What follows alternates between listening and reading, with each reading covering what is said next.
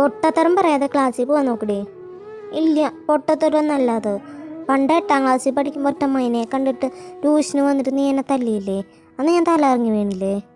D കള്ളം പറയണം, ഞാൻ തല്ലിയ നിന്നെ? ഫിസിക്സിനും കെമിസ്ട്രിക്കും മാത്തിനും നിരത്തി തോറ്റേനെ പേടിപ്പിക്കാൻ തല്ലാൻ വടി ഓങ്ങിയതല്ലേ ഉള്ളൂ. അപ്പോഴെനിക്ക് നീ പേടിച്ച് തലയിറങ്ങി വീണത് എൻ്റെ കുഴപ്പമാണോ? അതിനിവിടെ പ്രസക്തി ഇല്ല മാൻ. നീ എന്തൊക്കെ പറഞ്ഞാലും നീ ഞാൻ ക്ലാസ്സിൽ പോവില്ല. അപ്പു തീർത്ത് പറഞ്ഞു. അപൂർണ, നീ ക്ലാസ്സിൽ പോകുന്നോ അതോ ഞാൻ തല്ലി പറഞ്ഞയക്കണോ? ഈ കണ്ടോ സാറ്റർഡേ എന്നെ കൊണ്ട് പോവും. ഏത് നേരത്താവോ ഇവനെയൊക്കെ കെട്ടാൻ തോന്നിയ. അപ്പു പെറുപുറത്തുകൊണ്ട് അകലേക്ക് കയറിപ്പോയി. മനുഷ്യനെ മനസ്സമ്മതത്തോട് വീട്ടിലിരിക്കാൻ സമ്മതിക്കില്ല. ഇതിനും പേര് അമ്മയായിരുന്നു. ഇനി ഞാൻ ക്ലാസ്സിൽ പോയി ഇൻ്റർനെറ്റിൽ എന്ത് എഴുതി വയ്ക്കുകയാണാവോ? ആ മിസ് എന്നെ ഫസ്റ്റ് ബെഞ്ചിലും പിടിച്ചെടുത്തു.